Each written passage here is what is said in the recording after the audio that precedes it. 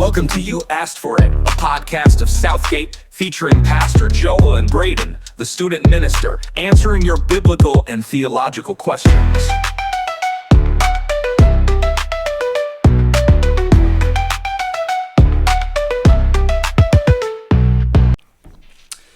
All right, welcome back to You Asked For It with Joel and Braden and Peyton. Hello, Welcome. hello. Our first ever guest. That's right. Good to be here. Yes, I don't know. How do you feel? I'm excited, but a little nervous, you know. Fair. Okay, well, I mean, I'd be nervous having Braden grill me too. Well, we wanted to get Peyton on here for a while, and a couple of weeks ago, we all three went to the Southern Baptist Convention meeting in Orlando. And so I thought this would be a fun episode for the three of us to be able to get together. And for the two of you, it was your first time going. Yep.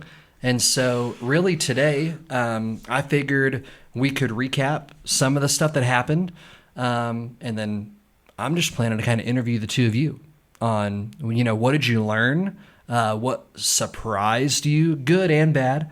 And just what do you think would be helpful for our people to know that went down and maybe did not go down in Orlando? Hey, this is a lot better than some of the You Asked For It, where you have to, research and do some things. This is just an interview. I don't know what you're going to ask. So. That's true. You don't know what you will be asked. Yeah. So anyway, there's a lot of controversy that I think that, we've heard about. I want to start with good. Some of the good stuff that we saw down there. Just kind of big picture for those who may not know, Southgate is a part of the Southern Baptist Convention. Every year, Southern Baptist Convention meets, and this year happened to be Orlando, Florida, and I'm not complaining about that. I'm not either. That was for the last time we'll be there in a long time, by the sounds of things, thanks to AAU basketball, but that's okay. But we're a part of a convention of churches, 47,000 churches. And typically we have between maybe 10 to 15,000 people that meet for these conventions. And this year we had over 20,000. And so there were a lot of bodies down there. It was pretty hot, close quarters, but I want to start off with some celebrations, some things that we can celebrate that happened in Orlando.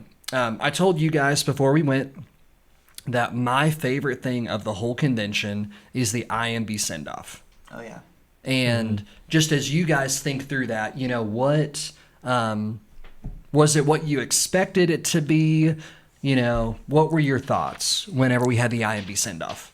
So the first day I was there, it was like 8 a.m., the Midwestern, they were selling the stuff, they were giving it away. I was talking to this pastor, I forget what church he's from, but he was telling me that I had to be there for the send-off because he says every year it's so cool. And he was right. Like, talking to you about it, talking to Braden about it, it was really cool to be there, seeing all of these missionaries. Like, you don't realize how many people and how massive this whole thing is until you're like in person there. And I think it was 68 or 60. I think 63. 63, that's right.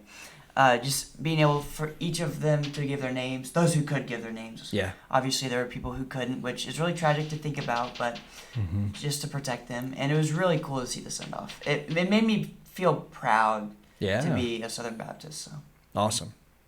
Yeah, I feel like going off that makes you feel proud. I mean, you can't do that by yourself. I mean, absolutely. Paying those people's salaries. I mean, an individual church trying to send somebody, you'd have to be a massive church with a giant budget to be able to send and pay for a couple of full-time missionaries. So just knowing that, the money we give and all, 47,000 Baptist churches all around, all go to fund those. But no, that was, I got several texts of, texting people, hey, are you going to be there, at the SBC? And yes or no, it was like, make sure you're there for the IMB send-off. Yes. And so that was, I actually got to go and work with IMB missionaries while I was in Paris. And so, knowing, man, there's, those 63 that got commissioned are just the 63 that are like, new, going someplace new, or whatever that may be. Like, there's still so many on the field We have doing over like 3,000. Yeah, I mean, they're everywhere. But yeah, no, it was super special to see the people who stood behind the curtain and they put the spotlight on them, and all you can see is the shadow of them. Yeah. And then be like, hey, I can't do anything, but it's like, hey, pray for my family. Yeah. Because you're basically, you're isolating yourself to a place with very little Christian community, where you're like, there's going to be, besides the people that because of us being there come to Christ, we're going to be surrounded by an entire country that is violent to what we believe. Yeah. And so it's, that was super impactful to see that. And I don't know if our people know this as well, because this is a historical Southern Baptist thing, but the reason the Southern Baptist Convention was founded was because of missions. And so, I know some churches, maybe you're watching this and you have been a part of a church that sponsored missionaries. I know some churches, that's what they do. It's, we give $50 a month to this person and $100 a month to this person, and so on and so forth. There's a lot of churches that do that. And that's one model for it. But the way that we operate in Southern Baptist life is we have the cooperative program. And so whenever we give money, whenever someone gives to Southgate, a percentage of those dollars go to the cooperative program, and a percentage of those dollars go to the IMB.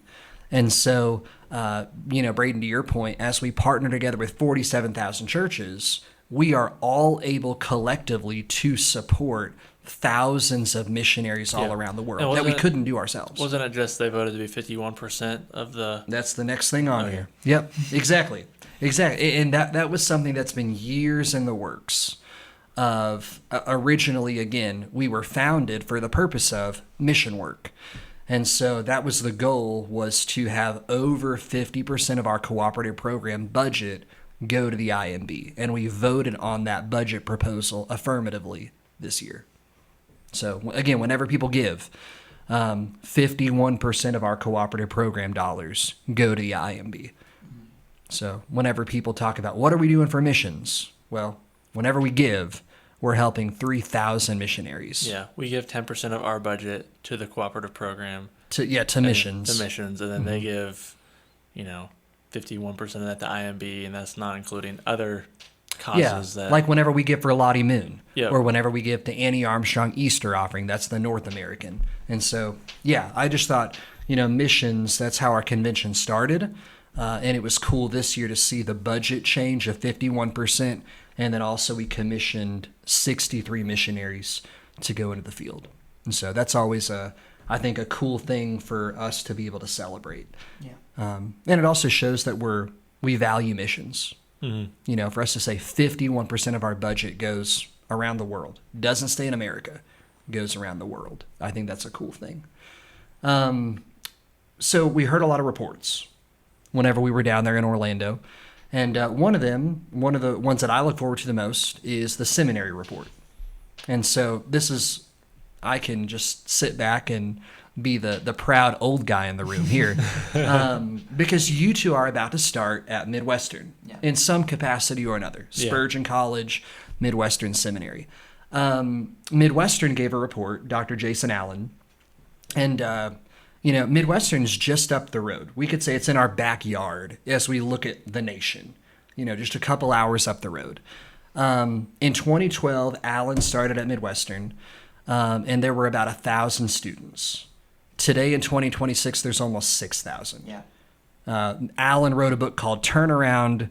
Midwestern truly has turned around. Oh, yeah. It is if not the flagship school for Southern Baptists right now in ministry, which is awesome.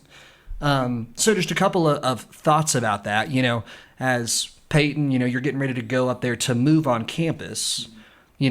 How did it make you feel to go by the Midwestern booth, to hear the reports that are going on at Midwestern? Just how do you feel about that next step in your life? So I would say it reaffirmed me with my choice. Like, it made me feel better. Like, obviously we saw the other 5 seminaries and other smaller colleges that were there, all with their own booths, all with their own flyers to hand out to everybody. But with Midwestern, Dr. Jason Allen, like his report helped me. Like, it just reaffirmed me with my choice, and it made me feel better about this is where I want to be. And then going to the booth, talking to the people, amongst the hundreds of crazy people trying to get their free hats and their free milk mugs. Before you continue with it, could you dive, for our people that have never gone, can you explain that process a little bit? So Midwestern Seminary, along with the other booths, they give out free merch, free flags, like hats, etc. So every morning at 8 o'clock, you had to be first in line to beat hundreds of people that were wanting either a free milk mug, a hat, or the flag. Those were each day they gave something out new. So my dad would like wake me up at 6 a.m. or 7 a.m. because we didn't know what we were doing. So we're like, okay, we have to get there first, try and figure stuff out, because I told him I wanted a hat, so we got a hat. So we got there, and I waited about an hour. And as I'm waiting there, just hundreds of people start lining up behind me. Yeah. And then they kind of get rid of that line, and they all cluster. And then once they open those doors to it's the exhibit hall where all these people are located. So once they open those doors, I started walking to the Midwestern booth so I could like get my stuff and then polite talk to Christian them. kid. Yeah, exactly. I forgot how Southern Baptists were. So I just see this guy had the first guy I see running had to be at least 60. Wow. He started running, and then all these other people started running that were much older than me, and I'm like, I don't know how they're doing it, but then I'm like, I gotta run if I want to get my stuff. So I started sprinting past them, and then I finally got my stuff. So nice. The convention, it's amazing. The annual meeting's incredible, and then the exhibit hall is just a mess. And then people just want to get there first. My dad and I were looking online, and we were seeing those hats sell for like $300. Yeah, the black market. So I wanted a mug, but the mugs were gone by the time I even got there, because they did that Sunday night, and I didn't get there until Sunday night at like midnight, because they're in the pastors' conference that had the mugs out, and so there's only 400 mugs. I was there for Monday of the pastors' conference, but the one session Sunday night for like 2 hours that probably there was 400 people even there. They all got the mugs. Yep. And so the mugs were such a controversy that they actually are selling the mugs now. Oh, they are? Yep. Yes. That's good. Because I figured they would need to. Well, I was like, man, I'd like a mug. And so I got on there to I saw one as like SBC merch black market Facebook group. And I was like, so Which is really weird. Yes. Oh my God. But I joined it because I was just curious. And someone had because each of the mugs had a different state on them. And so someone had the Orlando, like specific Florida mug. And they were selling it for $600. Absurd. And I was like, absurd. I can't even imagine. Jesus would have flipped over the table. Yes. And so I saw that Midwestern posted, and now so they're on pre-order for $22. You can go, and I think it just says like for the church, and it doesn't have the specific state. So if you want the specific state, you're still sorry. You can go spend $600. But if you just want the mug, you can go spend $22. I'm telling you, man, Midwestern swag is on another level. Yeah, Midwestern probably saw the black market and thought, man, I need to get on this. People want them. Yeah. So, okay, so Peyton shared, kind of reaffirmed, what I feel like God's called me to do. This is where I'm supposed to go. That's awesome. Braden, on your side, getting ready to start online through Midwestern for master's program. What were kind of your thoughts? Yeah, I mean, again, I've weighed the options of all the seminaries. I don't want to, Midwestern, holier than, any of the seminaries are going to be, good. But like what you said, Midwestern's kind of the flagship one right now. It's like the Ohio State, you have the Southern Baptist in Kentucky. And so, but you definitely see a drop off. Like you see those two when you're looking at budgets, you're looking at reports, you're looking at, amount of people that are there. Like you see a drop off. It's those two, and then the rest of them have a lot less. And so just, to see, you mentioned the book Turnaround. We read that as a staff. here, just like, just him and his leadership, seeing what he did there, and how can you apply that other places. It just reaffirms like they're doing good work.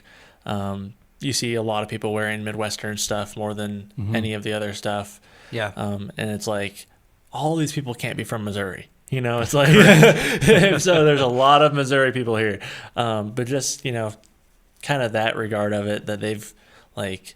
I've considered the biblical counseling route, and like if you're going to do that, like that is the place to go. Absolutely. Like they are the hands down, like no one's better than them at that department. And there's just like, all sorts of things. I mean, you just like comparing all of them. Someone accidentally called Southwestern Cemetery.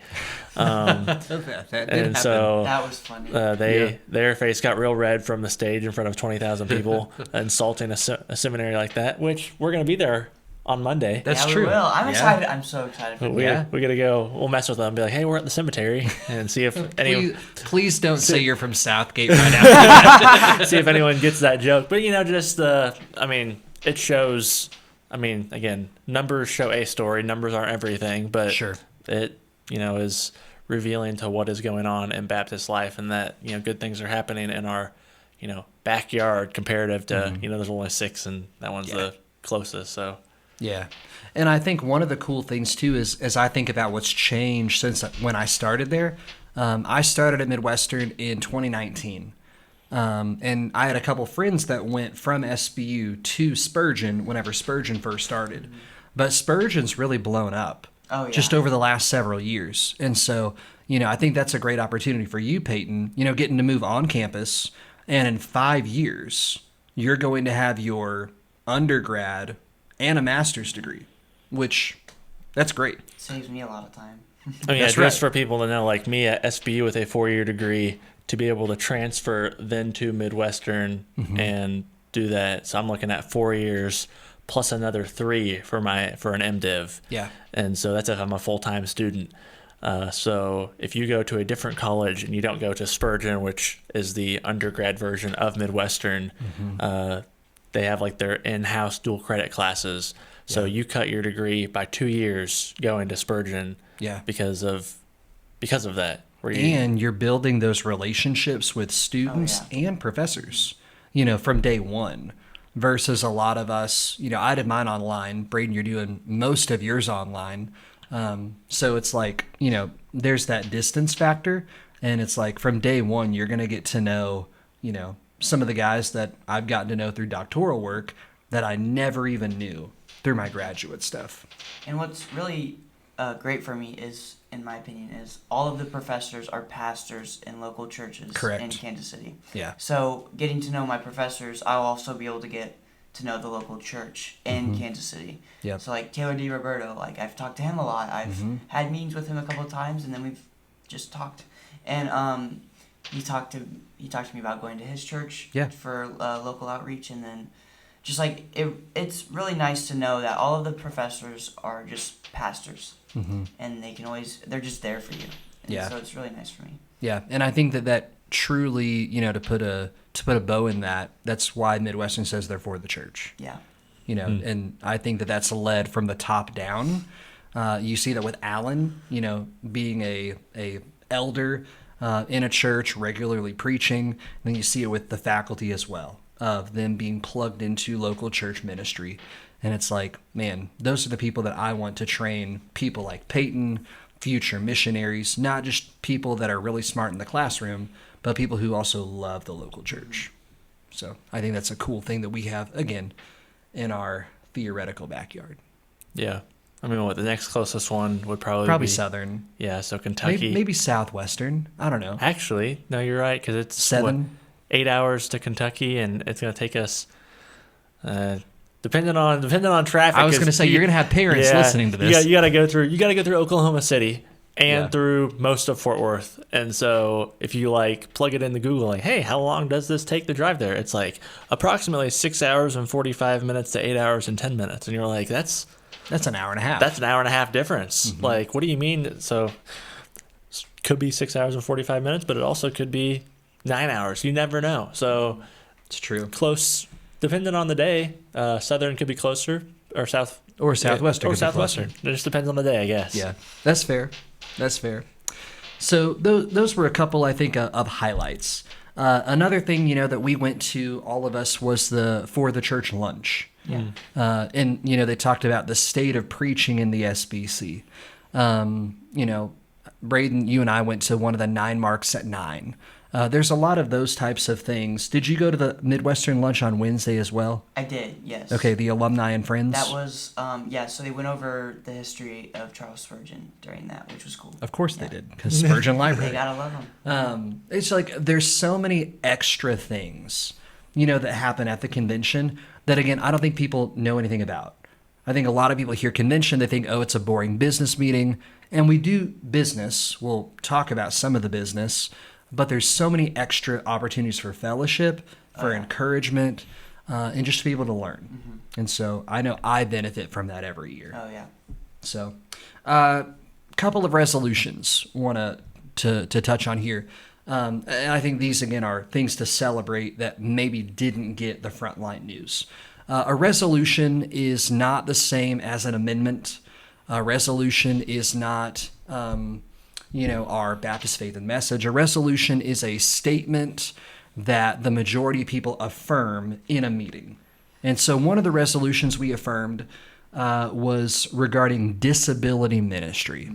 And so I shared a couple of months ago from a pastor in Oklahoma City. He's got a couple of kids with special needs that the overwhelming majority of families with special needs kids are unchurched. Mm-hmm. And it's like somewhere in the 80s. Yeah. I can't remember exact number, but it's somewhere in the 80s that are not plugged into a church actively. And so we passed this resolution reminding ourselves, our churches, our convention, and the world that we believe that every person is an image bearer of God, every person needs the gospel, and every person has a place to belong in the body of Christ. And as a father of a child with autism, the fact that our convention of churches would take that, time out to say, hey, this is a problem in that most families affected by this don't go to church. We need to step up and do better.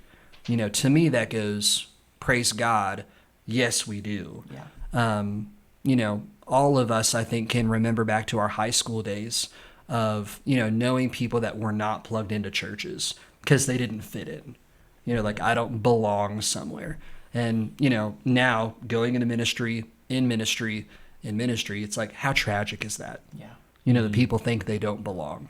And so just looking at that resolution, that was one I thought we got that one right. Yeah. That's a good thing. Yeah. And it was just, a lot of that was there's a lot, like they had a percentage and it was really high of churches who have nothing for. Yes. And, I was sitting there going like, well, we just put the sensory room in, mm-hmm. and again, go Christy. That's not all ages. Mm-hmm. But just being able to, like, if you have a kid who has any sort of special needs, then it's like, they have their own special place. If they, if something, they're acting up in a class, and they just need to, like, hey, there is room for you to step away. That's not the cry room. Yeah. Where there's, that's for babies. Like there's a special place. And again, that room's not specifically, hey, only special needs, but it's just mm-hmm. that, for situations like that where something might come up, they say, hey, wait, like we've got resources beyond just, nothing. Correct. And so that's just the majority of churches is, and there's like, we're not going to have someone signing every week because, mm-hmm. But it's the, you have someone who's deaf walk in and you go, well, what do we do?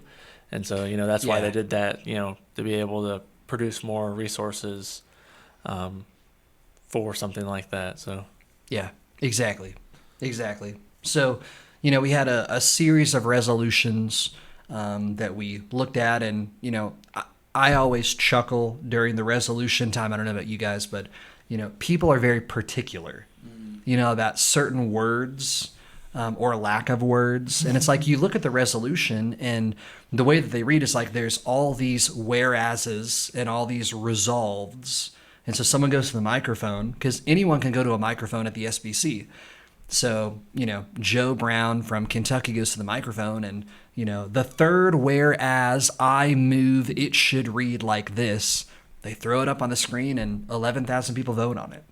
Like, it's kind of wild to see how the resolution process goes. In the words of my wife, she goes, "Who has time to read all of these resolutions and all of these things?" The resolutions committee. Yeah, but like people from the floor that come up and they're like, "I want to change 3 words in this." I'm like, you got pages upon pages of resolutions, and this, after reading all of those, this is the one you chose to get up there and change. Sometimes it feels like they're just there to talk. So you will discover this, my friend, the more you go to. You see the same people go to the microphones. I remember there was that one, I forgot what he was talking about, but he was there for like 2 days. Like, correct. He kept going back up there, and I'm like, he just wants to be up there. Yeah. Well, to that point, though, one thing that I do think is handy in the world we live in now is a lot of those things are electronically published a couple of weeks before the convention. Yeah. So for some of those people, like, this is their thing, they've got a couple of weeks to where they go, okay, this is my resolution. It either is not what I would like, or maybe it is. But the cool thing, again, anyone at the SBC can go to the microphone. Yeah. Any messenger can. Any messenger can submit a resolution to the resolutions committee, and they work on it throughout the year. So it's kind of a cool process that we have. Again, it's the largest business meeting in the world for those 2 days. So as you think about that, what were some things that kind of stood out?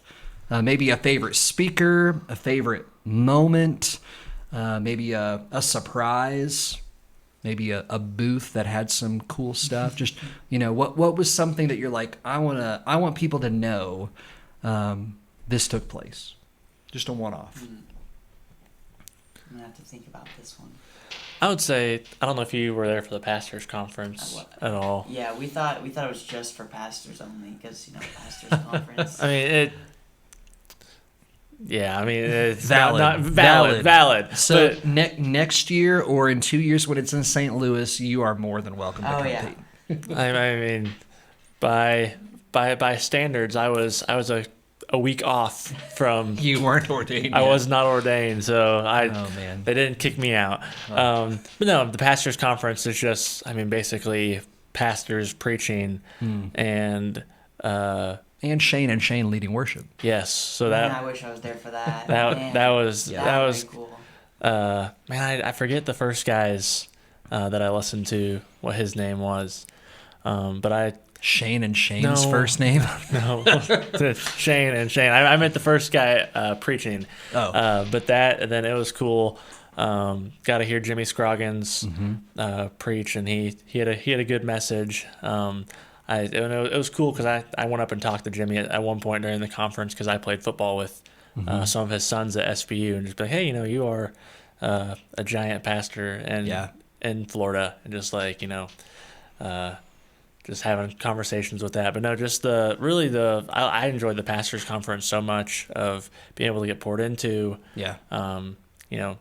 hear sermons, and no offense to anyone here at Southgate, but it's a the worship service like a Sunday, but no one walks up to me and goes, hey, yes, the toilet in the bathroom is the thermostat's too low. The thermostat's too low.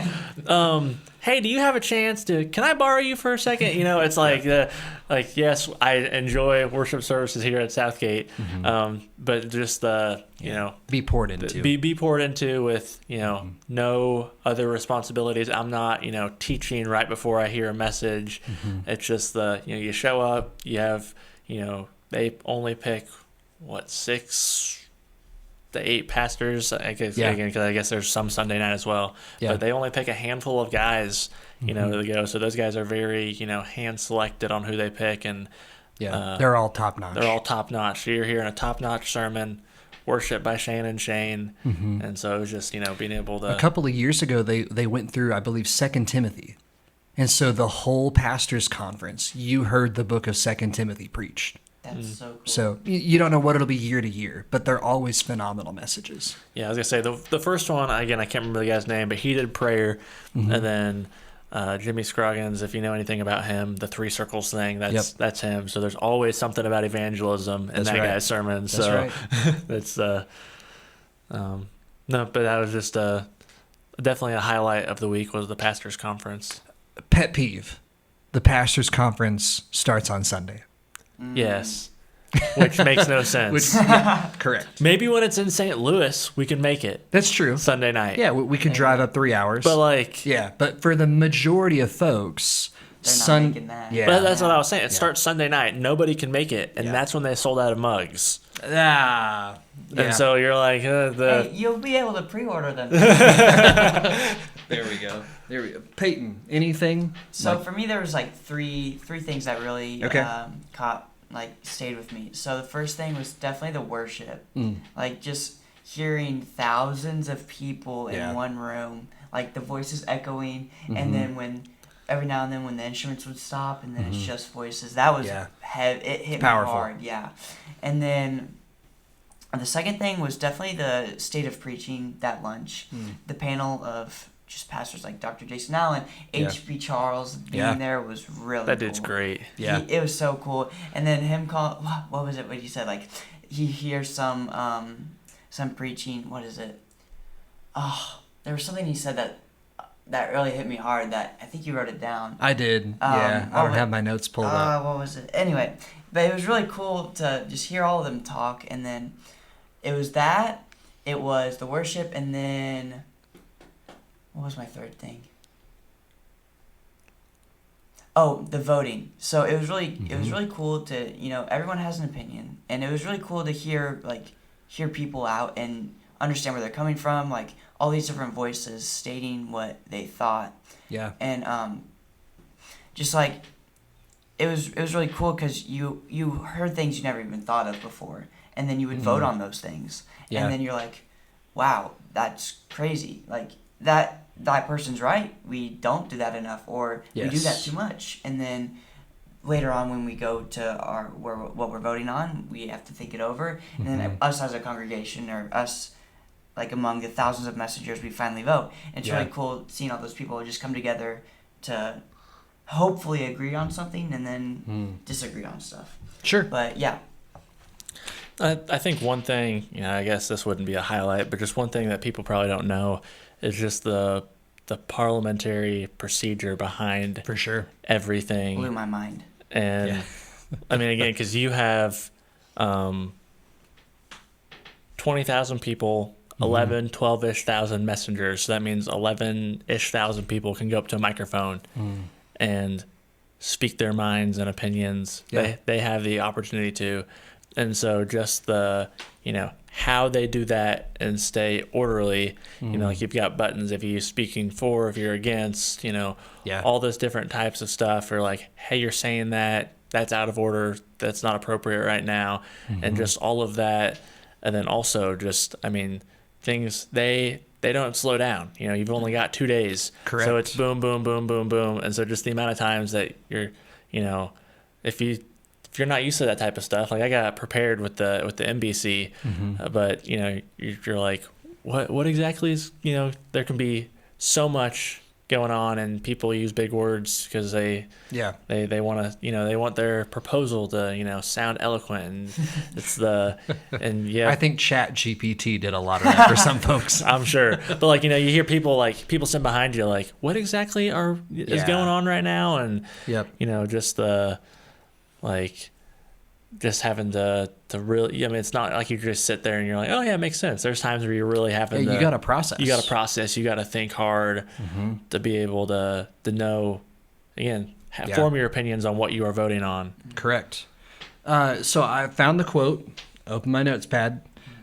It should not be a crime to bore people with the Bible. Yes. Yeah, that. That's that was like, whoa. Yeah. Yeah, and yeah. There was a whole lot that I wrote down from that panel discussion there, but yeah, that's convicting. Should not be a crime to bore people with the Bible. Or should be a crime. No, it should be a crime. Yes. It should be a crime to should bore be a people with the crime. Bible. Yeah. Yes. Oh, yeah. Yeah. Adding one word kind of changes the entire thing. Yeah. Should be a crime. But that's exactly it. That God's word is not boring.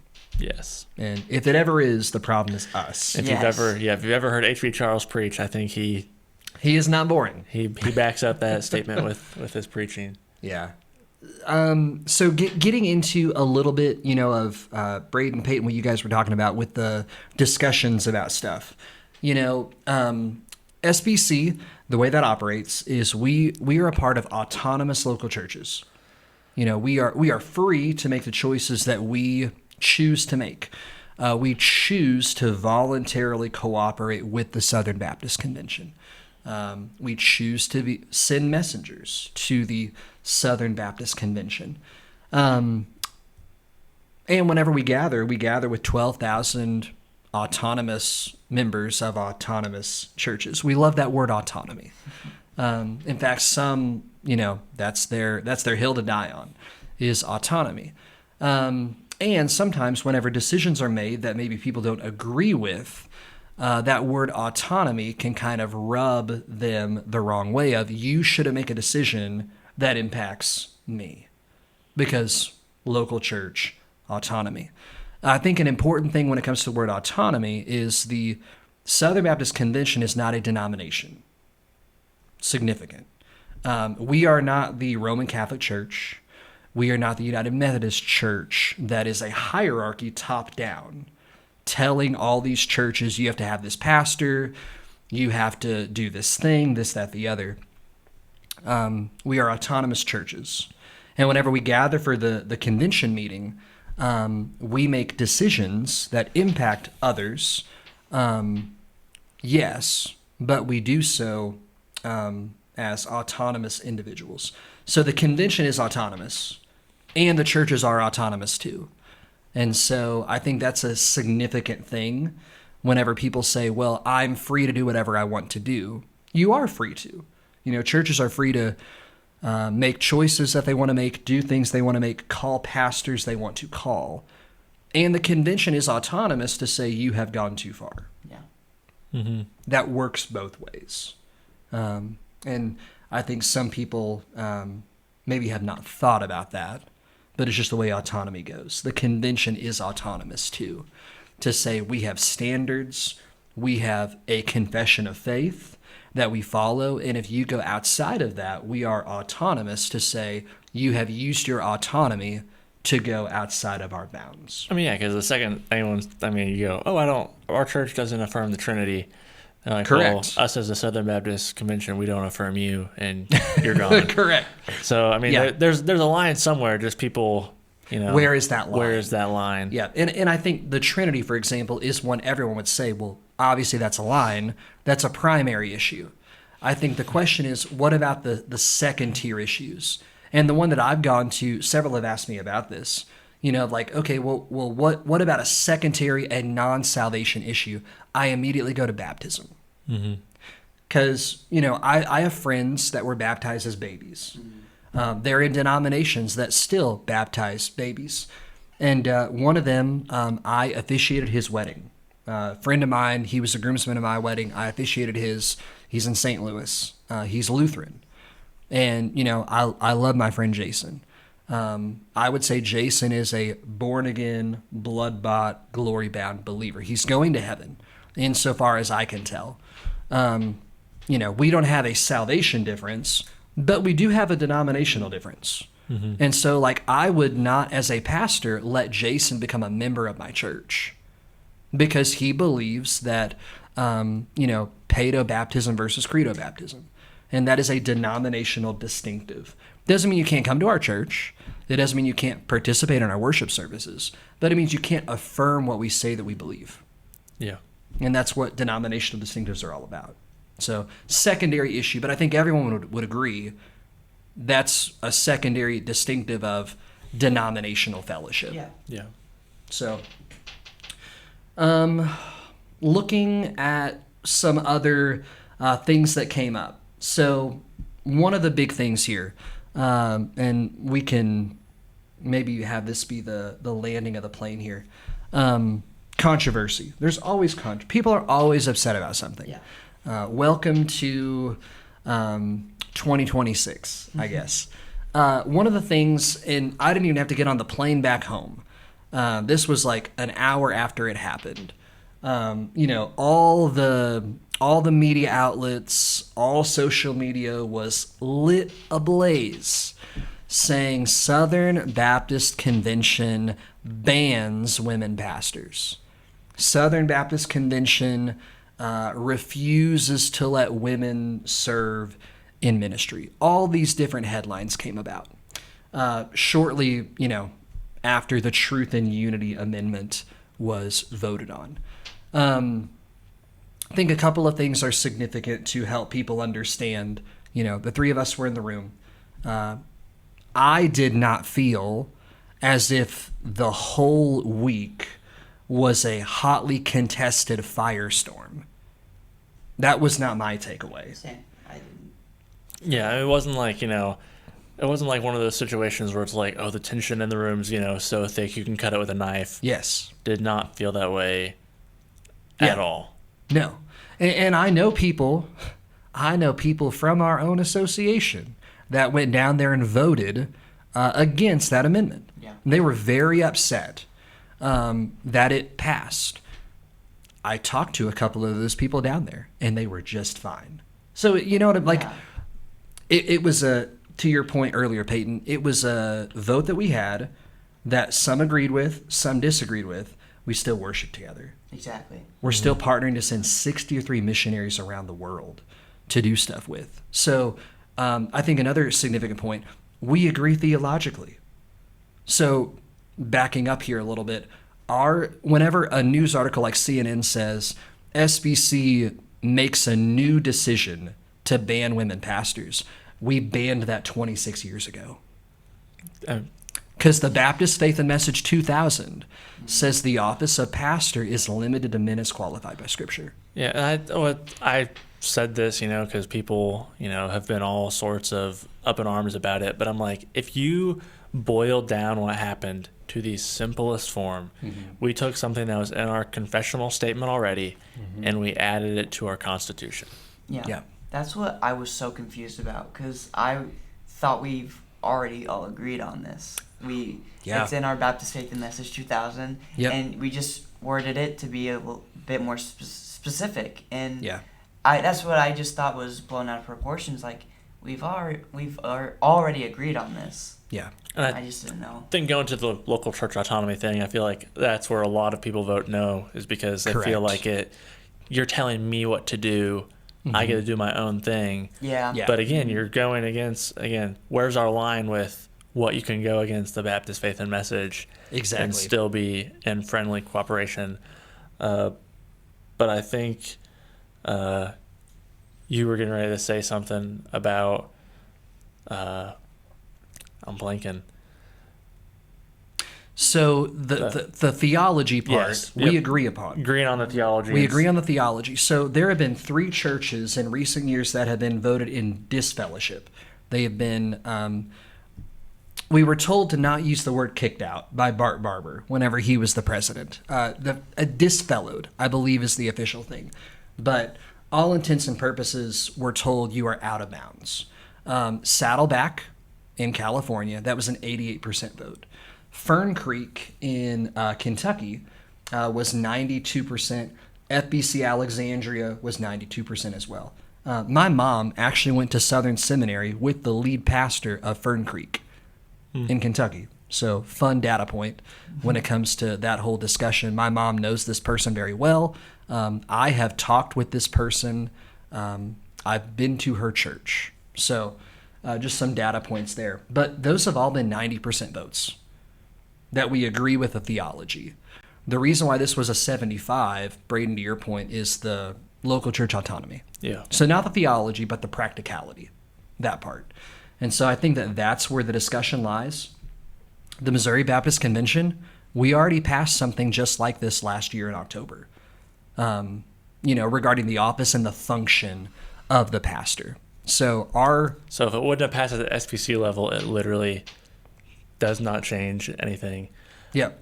Also, if you are watching on YouTube or anything, due to VBS, we were taking pictures with the camera, and so the camera battery was been used more than normal, and so we just lost our picture, but our audio is still here. So apologize if you are R.I.P. R.I.P. If you are watching and not just listening, you have a black screen.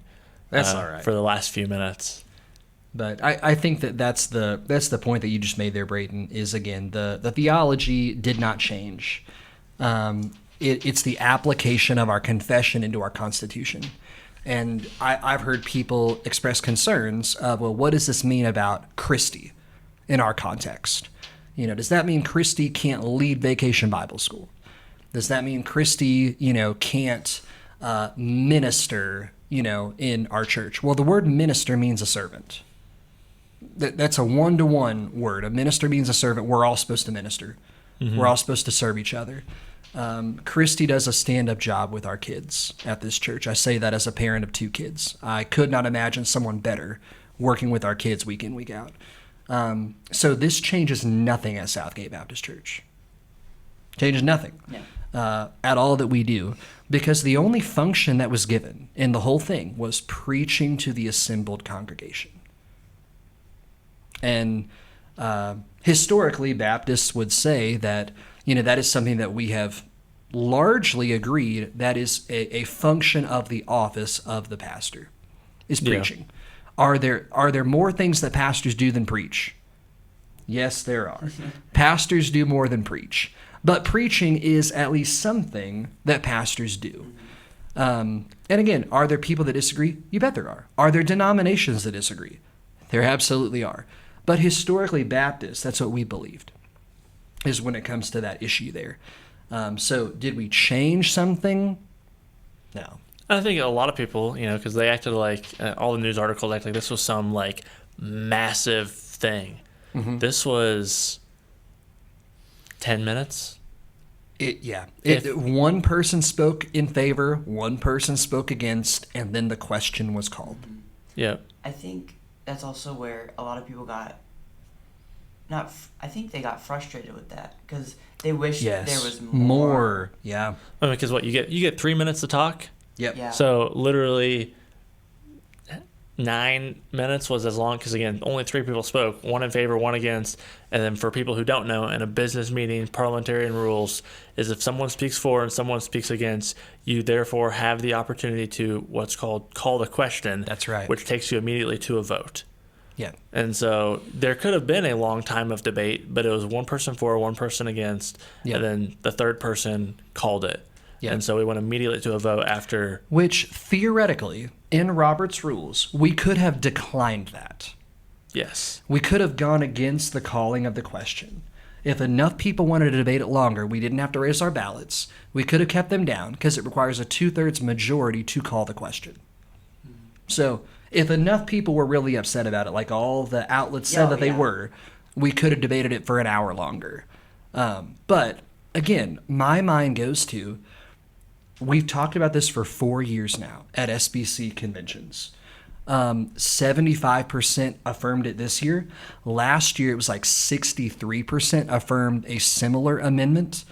And we vote churches out by 90-10 margins that disagree with this.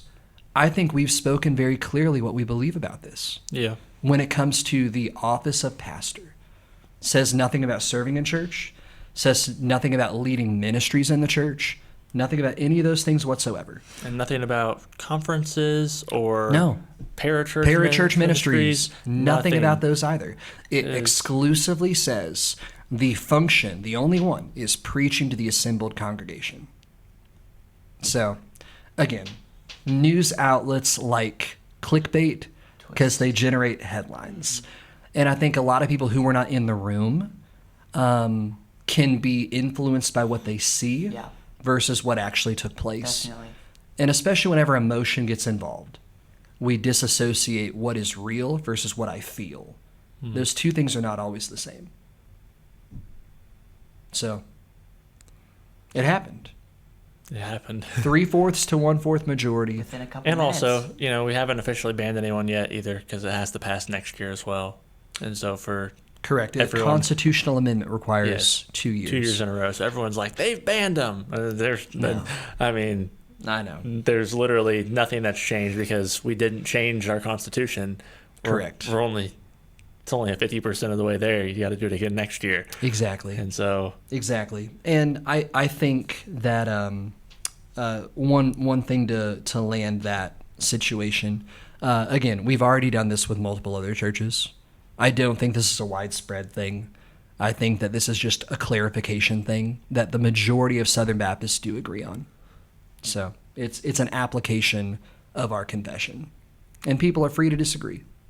That we were peaceful, we're partnering together, life goes on. yeah. So, as you think about conventions over next year, would you go back? Definitely. Yeah, Yeah. for sure. I mean, I'm gonna have a kid, so we'll see how that goes about. But You might have a little one. it will Yeah. not be because of how the conference went. It will be because of a 6-month-old child. So That's fair. They have that little stroller seating area. yeah, Remember? I'd be stuck in the corner with the stroller seating. They had a play mat over there. I think They did. They did. They had books. They had toys. They had all of it. Yes, that's fair. That's fair. Peyton, your first time ever going, getting ready for you don't know what God has in store, but theoretically a lifetime in ministry. Are you excited after learning more about Southern Baptist life? Are you more excited or are you less excited? I would say I'm more excited. Like initially, it was very overwhelming and kind of like causing a little bit of anxiety. Like, oh my Sure. gosh, is this what I'm gonna have to deal with? Like, I'm gonna have to do this every year. No, Yes. but it was definitely just an eye-opening opportunity to see 11,000 messengers, 20,000 people total. Yeah. It was really cool to just see everyone come together, and it was definitely inspiring. Like seeing I'm not alone in this. Yeah. Because there's Amen. people. I met someone from D.C. There was a guy that worked for the government doing contracting over there, and Wow. he's a part of a local church in D.C. And I was sitting next to him during the Wednesday Midwestern lunch. Okay, And cool. He was just talking to us, and these are real people that are Southern Baptists just like me. Yeah. And it was really cool to see that I'm not alone, and people everywhere agree with me. And knowing that I'm going to go into a community just like that Yeah. in Midwestern Yeah. is, like I said earlier, it's really reassuring and reaffirms that I want to be there. And it's very much, I'm excited for it. I'm very much excited. Awesome. Awesome. That's encouraging, man. I'm excited for you.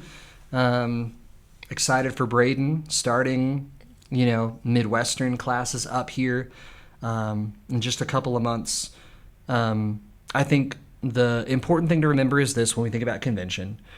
The SBC, the most important place where the SBC exists is not in Nashville. It's not in Orlando. It's in the local church. Yeah. And so what we did the Sunday after the SBC, that is the SBC. It's a local church ministry. It is hundreds of people gathering together to lift high the name of Jesus, to study God's word, to share the good news of Jesus with the lost around us, to give to missions and all those things. That's the SBC. Yeah. And that's the future for each one of us as we partner and do what God would have us do. So if you have more questions about SBC convention related stuff, Ask again, Peyton. Oof. please ask Peyton. Out of the three of us, I'm probably the last person, but No, the first shall be last. That's straight from Jesus. no. We'll be answering more questions. You guys have asked several over the last couple of months, and so Braden and I will be down here answering more of those questions. If you have others, reach out on the website or the app, and we will try to get to them in a future episode of You Asked for It. God bless you guys. Thanks for participating in the dark. See ya. Bye-bye.